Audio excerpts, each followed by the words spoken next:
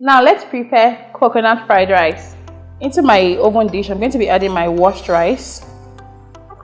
Going with some seasoning powder, salt, garlic powder, thyme, a little bit of curry powder, my coconut oil, minced onions.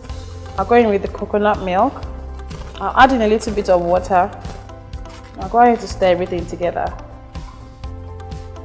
Now I'll cover this with a cling film before we put it in our NeoChef Microwave. I'm going to punch the cling film with my fork in a few places. Now I'm going to place this in our LG NeoChef Microwave. I'm going to be using the cook mode.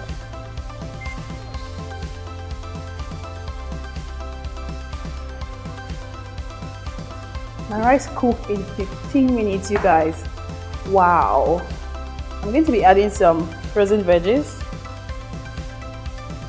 and shredded coconuts. We're going to be placing this back in the microwave oven for about 4 minutes.